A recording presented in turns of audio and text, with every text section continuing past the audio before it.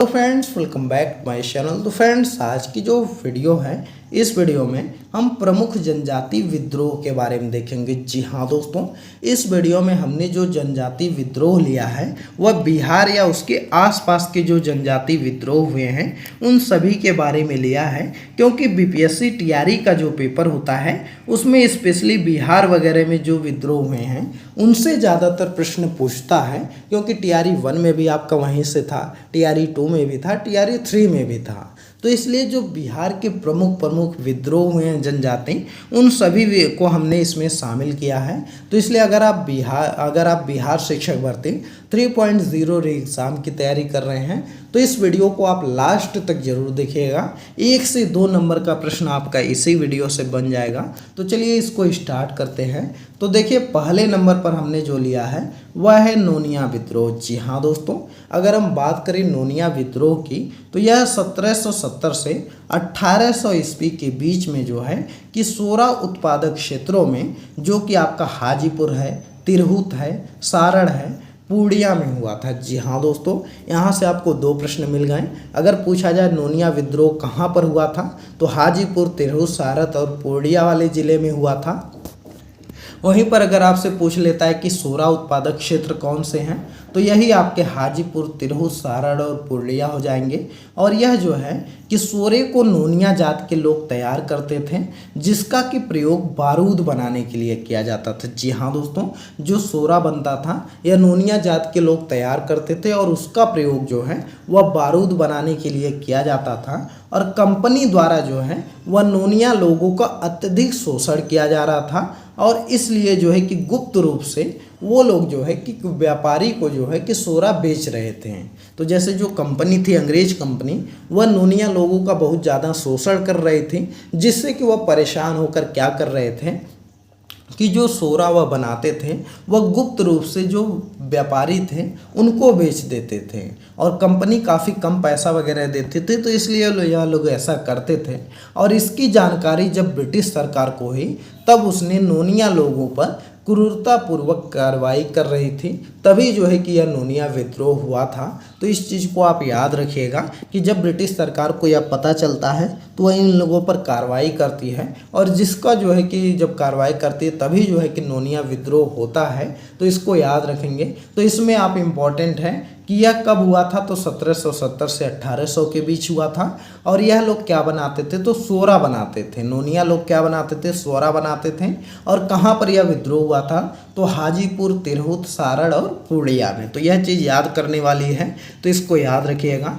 अगला आपका है चेरो विद्रोह। तो चेरो विद्रोह की बात करें तो यह आपका 1800 ईस्वी में चेरो किसानों ने अपने ही राजा के विरुद्ध किया था। जी हाँ दोस्तों, जो चेरो के किसान थे वह जो है कि आपका अपने ही राजा के विरुद्ध उन्होंने शुरू किया था। और यह विद्रोह तब अंग्रेजों की पक्षपात नीति के विरोध में हुआ था, जब कंपनी ने कूटनीति से जयनाथ सिंह को अपदस्थ कर दिया था और उसके स्थान पर गोपाल राय और बाद में चूड़ामन को राजा बना दिया था। जी हाँ दोस्तों, यह तब जो है कि अंग्रेज की पक्षपात नीति के विरोध में हुआ था, जब यह लोग क्या करते हैं कि जयनाथ सिंह को उनको पद से हटा देते हैं और उसके स्थान पर गोपाल राय को और बाद में चूड़ामन को राजा बना देते हैं। तब यह लोग विद्रोह करते हैं। काफ़ी इन लोगों में असंतोष था, और चेरो सरदार जो भूषण सिंह थे उनके नेतृत्व में यह जो है वह खुला विद्रोह हुआ था। जी हाँ दोस्तों, कौन सरदार थे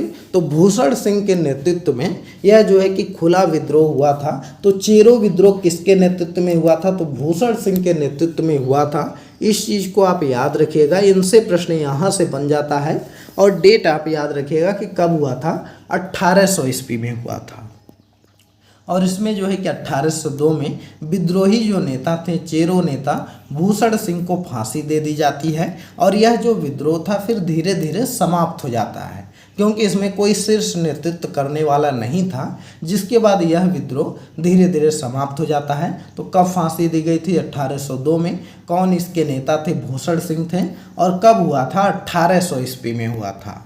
अगला आपका है लोटा विद्रोह। मोस्ट इंपॉर्टेंट है लोटा विद्रोह। लोटा विद्रोह की बात करें तो 1856 में मुजफ्फरपुर में अंग्रेजों के प्रति लोगों का गुस्सा बढ़ रहा था और इसी समय मुजफ्फरपुर की जेल में बंद कैदियों को जेल के अंदर पीतल का लोटा दिया जाता था। लेकिन सरकार ने अचानक निर्णय लिया कि पीतल के स्थान पर मिट्टी का लोटा देना प्रारंभ किया।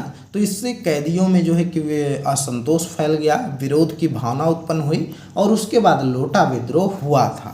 तो कब हुआ था? तो 1856 में हुआ था। कहाँ पर हुआ था? तो मुजफ्फरपुर में हुआ था। इस चीज़ को आप याद रखिएगा। अगला है आपका तमाड़ विद्रोह। तमाड़ विद्रोह की बात करें तो यह आपका 1795 से 1800 ईस्वी के बीच हुआ था।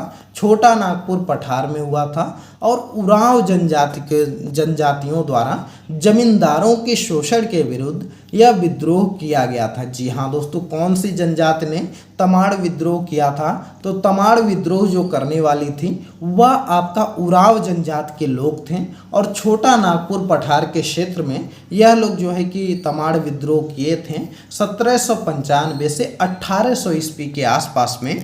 तो इसको आप याद रखिएगा। और तमाड़ विद्रोह कहा जाता है, इसका नेतृत्व दुखान मनाकी ने किया था। जी हाँ दोस्तों, इसका नेतृत्व दुखान मनाकी ने किया था। दोस्तों, जितने भी हम आपको जनजाति विद्रोह करवा रहे हैं उसमें आप जो है यह चीज़ याद रखा करिए कि किस सन में वह विद्रोह हुआ था और किस जनजाति ने किया था और कौन इसके नेतृत्व करता थे। तो इनके बारे में, इन 3 चीज़ों के बारे में याद रखेंगे तो आपका 1 नंबर का प्रश्न आपके एग्जाम में बन जाएगा।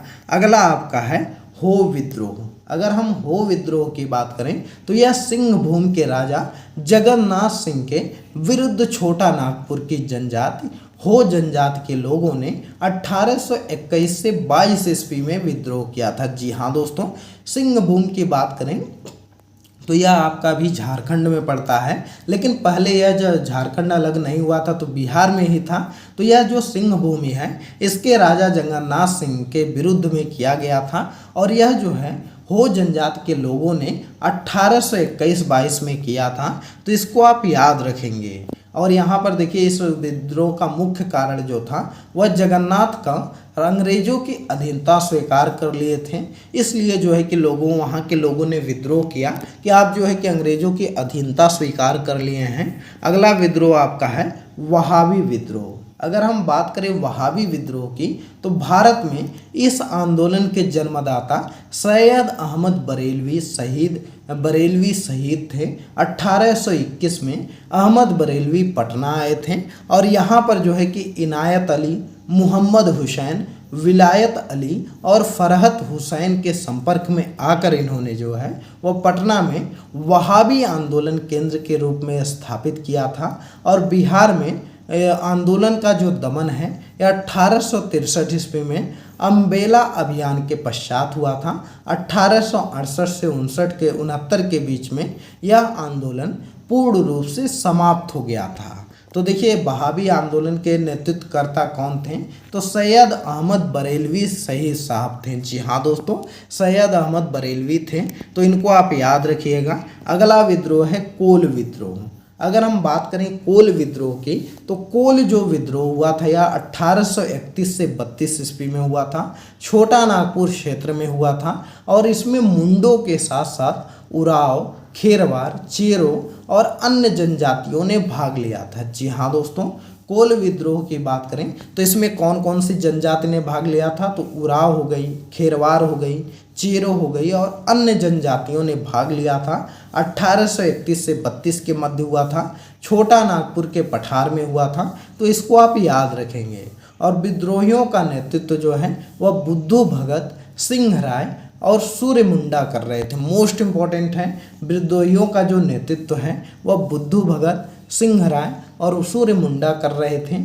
अंग्रेजी सेना की कमान कैप्टन विल्किंसन के हाथों में थी और बुद्धू भगत अपने 150 सहयोगियों के साथ जो है वह मारे गए थे और यह विद्रोह लगभग 5 सालों तक चला था। जी हाँ दोस्तों, यह जो कोल विद्रोह था यह आपका 5 सालों तक था। तो इसके नेतृत्वकर्ता के बारे में याद रखिएगा, बुद्धू भगत, सिंह राय और सूर्य मुंडा थे। और यह जो है कि 1831-32 में आपका छोटा नागपुर पठार में हुआ था।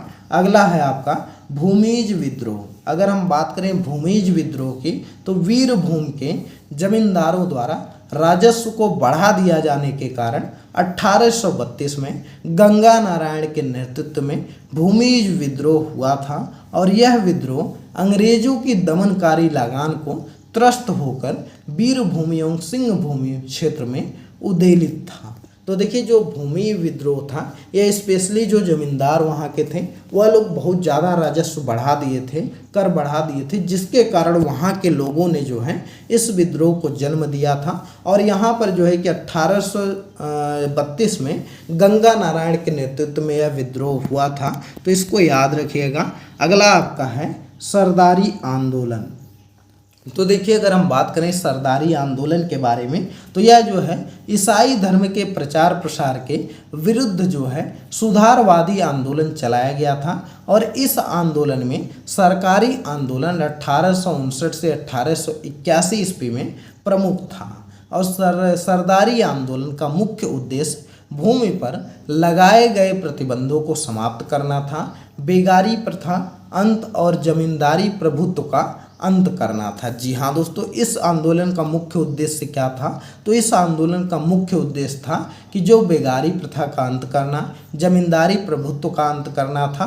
तो इसको आप याद रखेंगे। स्पेशली यह जो है यह आपका ईसाई धर्म के प्रचार प्रसार के विरुद्ध जो है कि आंदोलन था। अगला आपका है मोस्ट इम्पॉर्टेंट है, आप याद रखिएगा संथाल विद्रोह। संथाल विद्रोह की अगर हम बात करें तो यह जो है यह जमींदारों और साहूकारों के शोषण से त्रस्त होकर इस आंदोलन की शुरुआत की गई थी। 1855 और 56 में भागलपुर से लेकर के राजमहल तक चार भाइयों ने सिद्धू, कान्हू, भैरव और चांद के नेतृत्व में संथाल विद्रोह हुआ था। जी हाँ दोस्तों, चार भाई थे, सिद्धू, कान्हू, भैरव और चांद के नेतृत्व में संथाल विद्रोह हुआ था। और यह जो है यह बीपीएससी द्वारा कई बार पूछा गया है, तो इसलिए इस विद्रोह को आप अच्छे से याद रखिएगा। भागलपुर क्षेत्र से लेकर के राजमहल तक हुआ था। 1855 और 56 ईस्वी में हुआ था।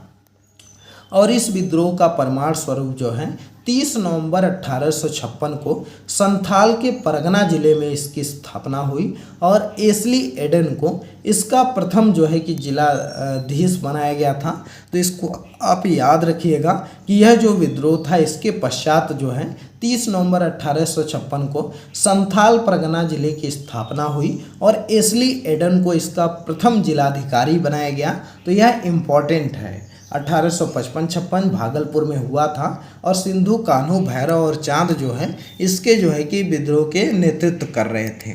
अगला आपका है मुंडा विद्रोह। जी हाँ दोस्तों, यह भी आपका इम्पॉर्टेंट है। मुंडा विद्रोह जो है यह मुंडा जनजाति मूल रूप से कृषि पर आधारित थी, परंतु स्थानीय जमींदारों द्वारा उनकी ज़मीनों को जबरन जो है कि कब्जा किया जा रहा था और उस पर कर लगाया जा रहा था, जिसके कारण मुंडा विद्रोह प्रारंभ हुआ था। और बिरसा मुंडा का जन्म जो है 1875 ईस्वी में हुआ था और उन्होंने 1899 से 1900 ईस्वी में मुंडा आंदोलन का नेतृत्व किया था। जी हाँ दोस्तों, मुंडा विद्रोह की बात करें तो इसके नेतृत्वकर्ता आपके बिरसा मुंडा थे, जो कि 1899 से 1900 के बीच जो है यह मुंडा विद्रोह का नेतृत्व कर रहे थे। और इस आंदोलन एक सुधारवादी आंदोलन के रूप में प्रारंभ हुआ था और 3 फरवरी 1900 को बिरसा मुंडा की गिरफ्तारी हो जाती है और जिसके बाद यह आंदोलन जो है कि धीरे धीरे समाप्त हो जाता है। जी हाँ दोस्तों, इसको याद रखिएगा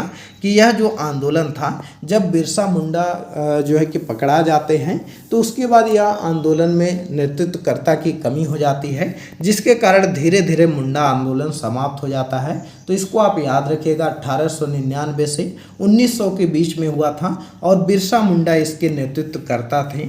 अगला आपका है ताना भगत आंदोलन। जी हाँ दोस्तों, अगर हम बात करें ताना भगत आंदोलन की तो यह शुरुआत जो हुई थी यह 21 अप्रैल 1914 को हुई थी। गुमला जिले के विशुनपुर प्रखंड में हुई थी और इसके प्रमुख नेता जो थे वह जतरा भगत थे। कौन थे? तो जतरा भगत जो थे वह ताना भगत आंदोलन के जो है कि प्रमुख नेता थे। 21 अप्रैल 1914 में गुमला जिले के विशुनपुर प्रखंड में हुआ था और यह आंदोलन कांग्रेस की योजना तथा गांधी जी के सिद्धांतों से प्रभावित था। जी हाँ दोस्तों, ताना आंदोलन जो था यह गांधी जी की योजना जो है सिद्धांतों और कांग्रेस की योजना से प्रभावित था। और यह आंदोलन जो है इसका जो प्रभाव है यह रांची हो गया, सिंहभूमि हो गया, संथाल हो गया, संथाल परगना हो गया, तो इन सभी जिलों में इसका जो है कि प्रभाव था। तो इसको याद रखिएगा कहाँ पर इसका प्रभाव था, तो रांची, सिंहभूमि, संथाल परगना में। और यह कब शुरू हुआ था, तो 21 अप्रैल 1914 को यह शुरू हुआ था। तो इस चीज़ को आप याद रखेंगे। तो दोस्तों इतने जो है कि आपके जो है प्रमुख जनजाति विद्रोह थे जो कि आपके एग्ज़ाम के पॉइंट ऑफ व्यू से बहुत ही इम्पोर्टेंट हैं। आप इन सभी के बारे में अच्छे से याद कर लीजिएगा। अगर आप इतना तैयार कर लेते हैं तो 1 से 2 नंबर तो आपके एग्ज़ाम में गारंटी है मिलेंगे, क्योंकि TRE 2 में भी आया था, TRE 3 जो कैंसिल हुआ पेपर उसमें भी आया था, TRE 1 में भी आया था। तो इसलिए इस बार जो TRE 4 होगा तो उसमें भी आपका जो है कि 1 नंबर या 2 नंबर का प्रश्न जरूर आएगा। तो इसको आप अच्छे से तैयार कर लीजिएगा। दोस्तों यह वीडियो आपको कैसी लगी कमेंट करके बताइएगा। वीडियो पसंद आई हो तो वीडियो को लाइक करिए, ज़्यादा से ज़्यादा शेयर करिए। चैनल पर नए हैं तो चैनल को सब्सक्राइब करिए। और आपको बता दें कि हमारा टेलीग्राम चैनल भी है जिसका कि लिंक इस वीडियो के डिस्क्रिप्शन में दिया गया है। तो वहाँ से जाकर के हमको टेलीग्राम पर भी फॉलो कर लीजिए, क्योंकि टेलीग्राम पर जब भी वीडियो अपलोड होती है तो उसका लिंक दिया जाता है, कोई नई जानकारी रहती है तो शेयर किया जाता है। तो इसलिए फॉलो ज़रूर करिएगा। चलिए मिलते हैं अगली एक नई वीडियो में एक नए टॉपिक के साथ। तब तक के लिए बाय बाय।